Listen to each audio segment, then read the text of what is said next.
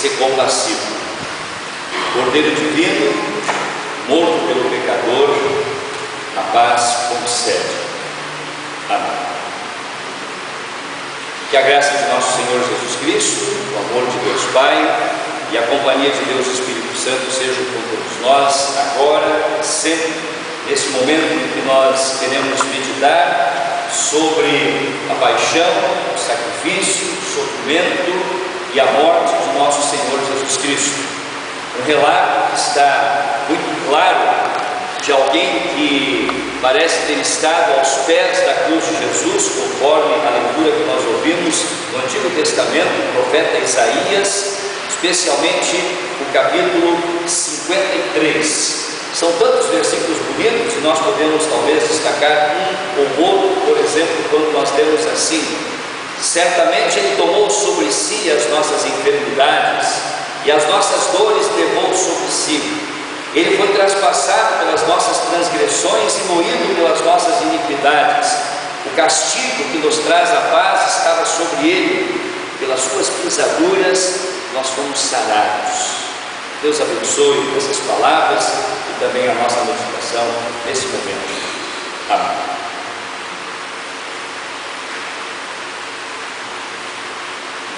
Sempre que nós chegamos a esta época da Semana Santa e compramos revistas ou lemos aquilo que é escrito nos meios de comunicação sobre a vida, obra, morte e ressurreição de Jesus, então muitas vezes um ponto que está em discussão é a causa da morte de Jesus.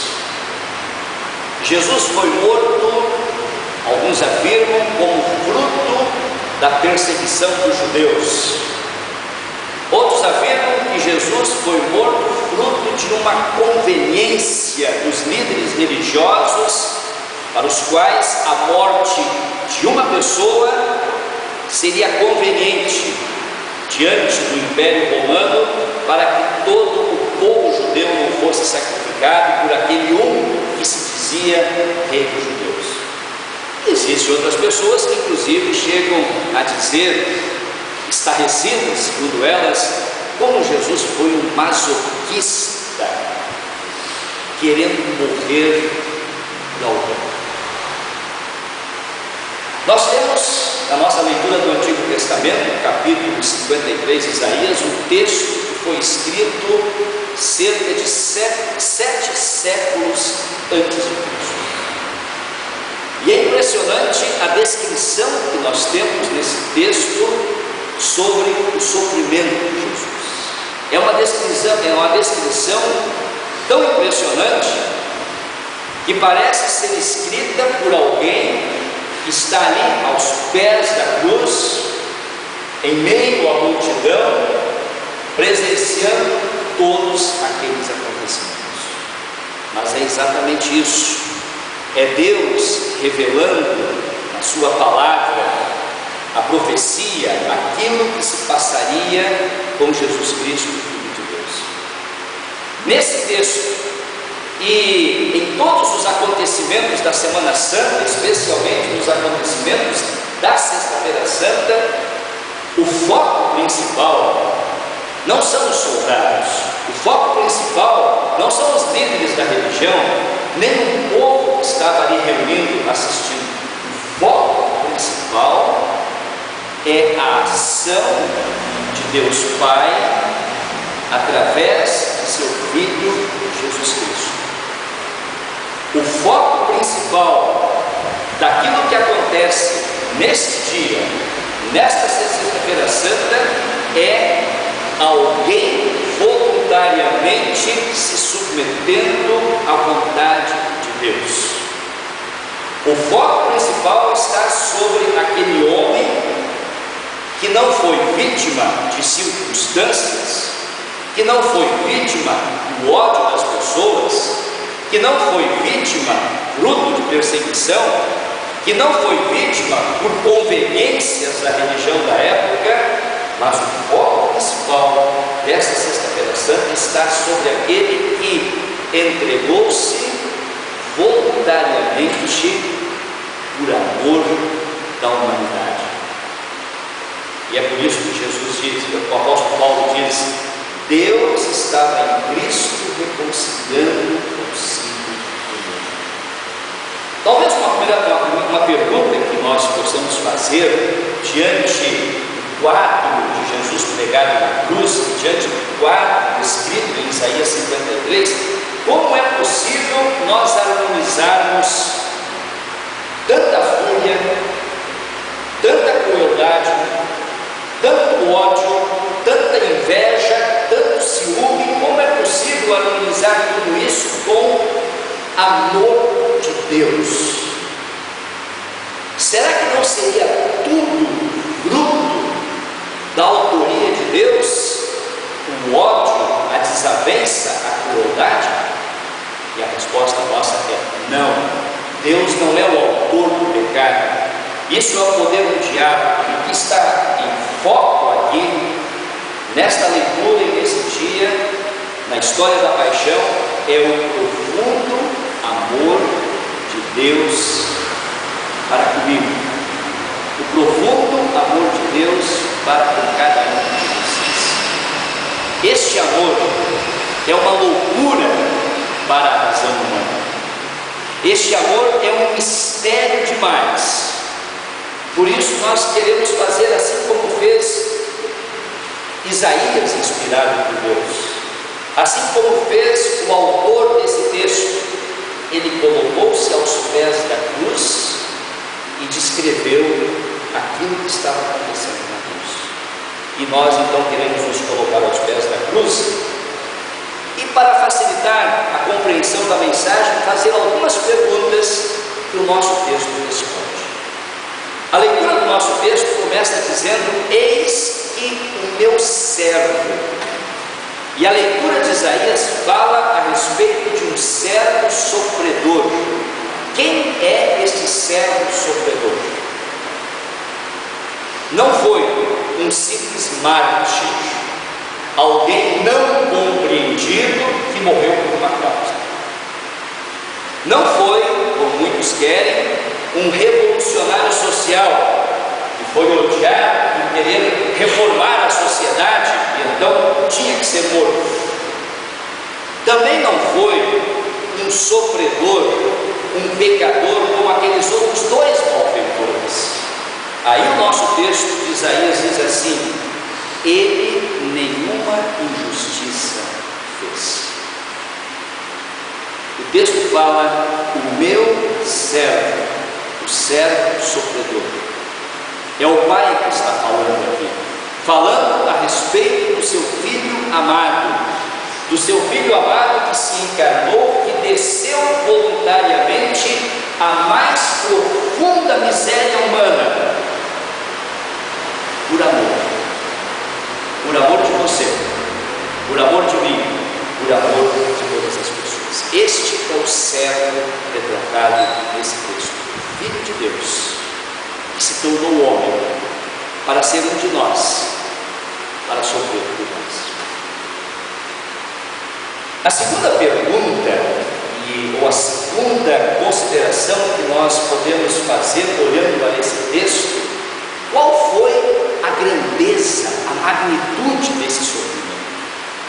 A pergunta é assim porque muitas vezes nós achamos que nós somos os grandes sofredores do mundo que nós vivemos. E nós sabemos que no mundo existe muito sofrimento. No mundo existem pessoas que, talvez até desde o seu nascimento até a sua morte, sofrem por causa da pobreza, sofrem por causa de injustiças, sofrem por causa de abandono, de solidão.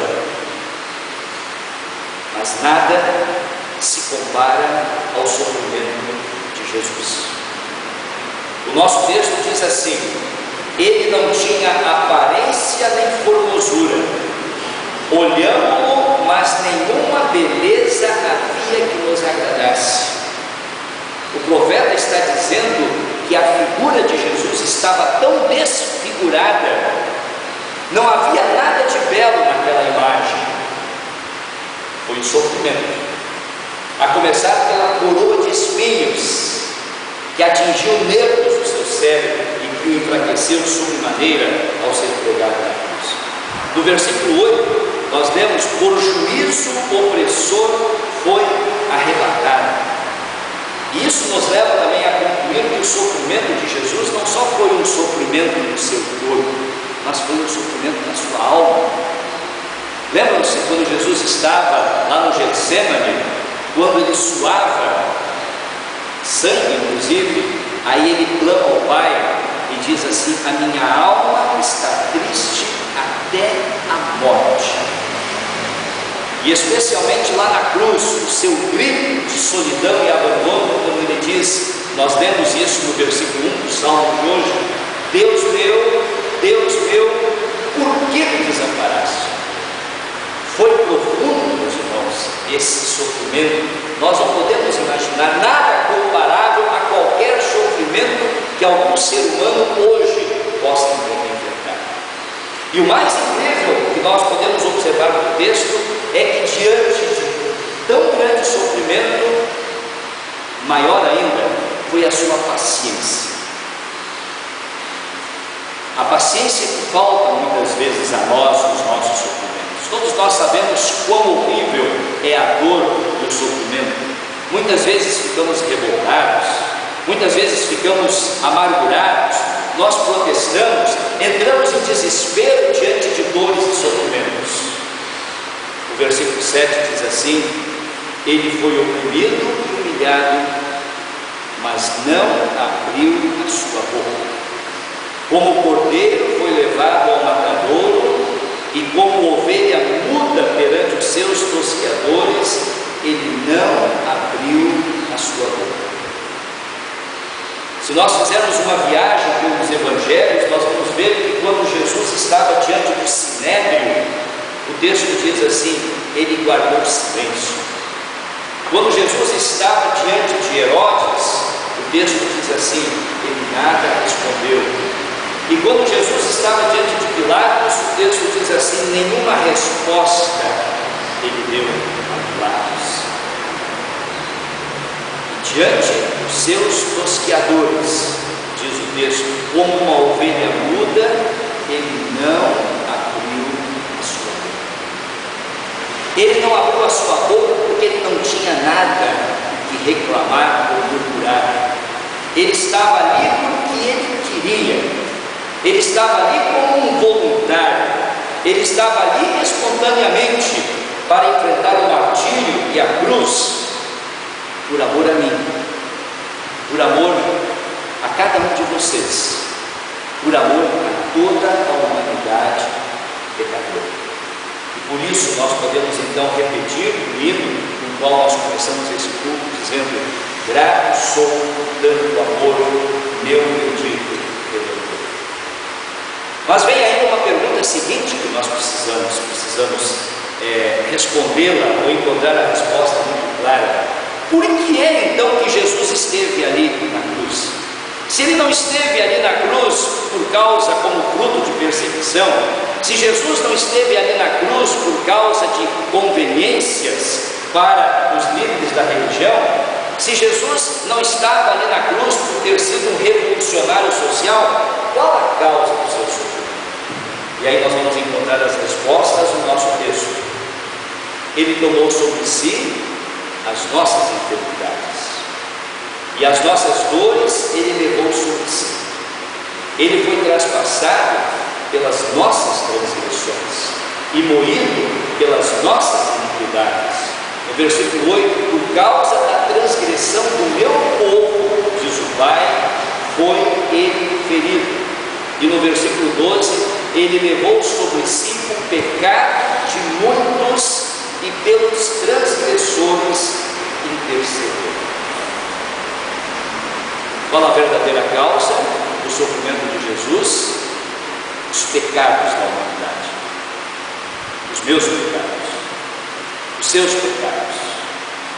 Pecado é uma ofensa contra Deus. Pecado é algo que nos afasta da comunhão com Deus. Pecado é transgressão da lei, e basta nós querermos nos lembrar dos 10 mandamentos, e basta nós aceitarmos os 10 mandamentos como uma palavra, um espelho para mim hoje. pecados precisavam ser pagos. E o texto diz: ao Senhor agradou moê-lo. Palavra forte. Ao Senhor agradou moê-lo.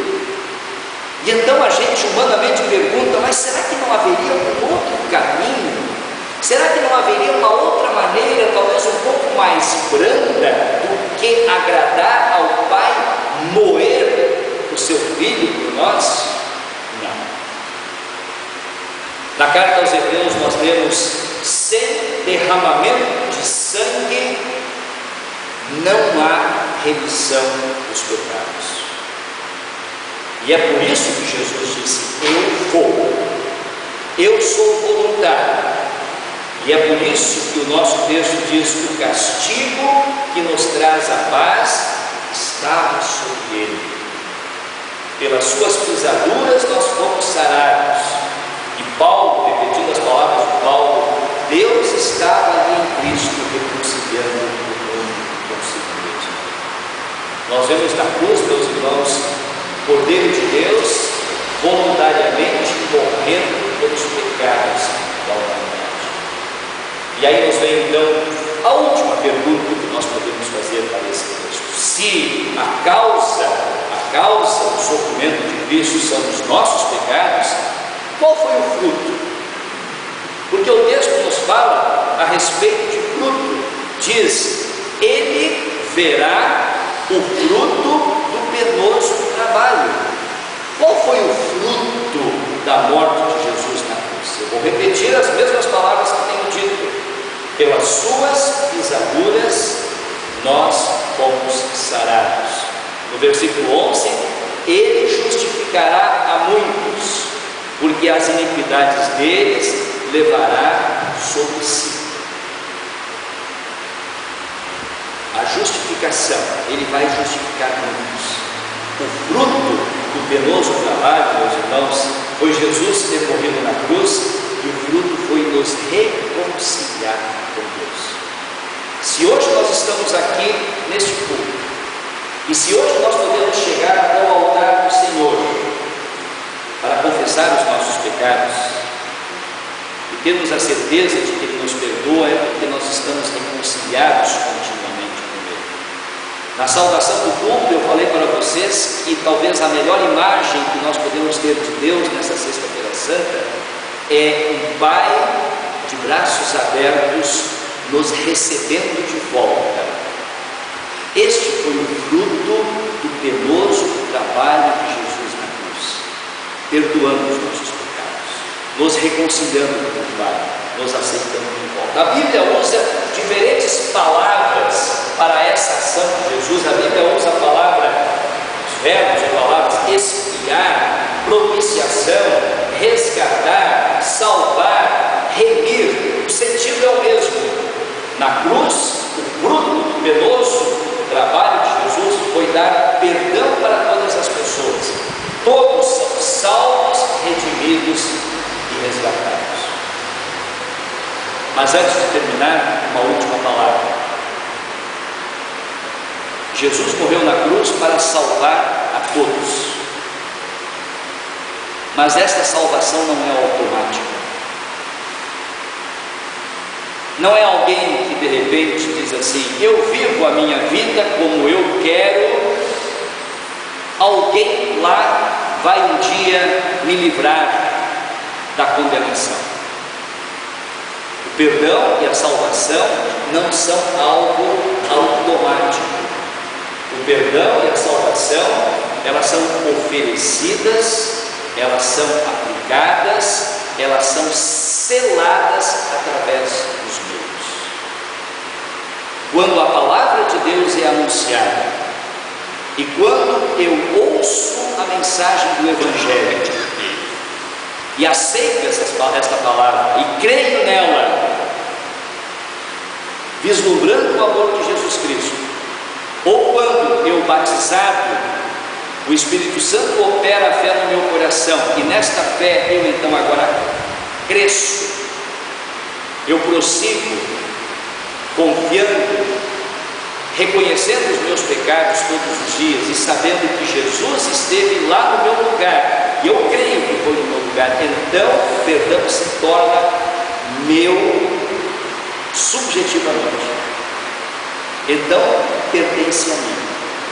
Jesus morreu na cruz por todos.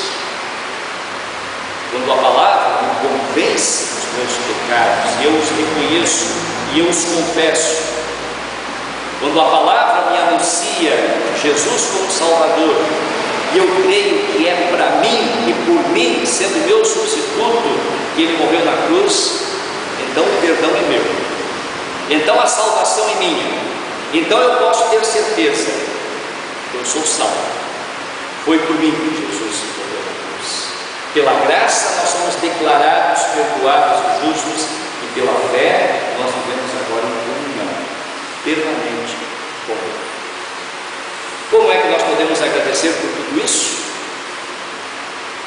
Adorando, servindo, testemunhando o seu nome, fazendo aquilo que nós ouvimos aqui no último domingo, colocando Jesus como o número 1 na minha vida, amando o próximo como a mim próprio, colocando o próximo como o segundo na minha vida, e eu humildemente podendo dizer, eu sou o número 3, amado por Jesus e amando o meu próximo também. Que a Sexta-feira Santa, que a cruz, o sofrimento de Jesus, a sua morte, que o amor voluntário dele nos inspire, nos mantenha firmes na fé e nos capacite a amarmos a Deus e amarmos o nosso próximo cada vez mais. Amém.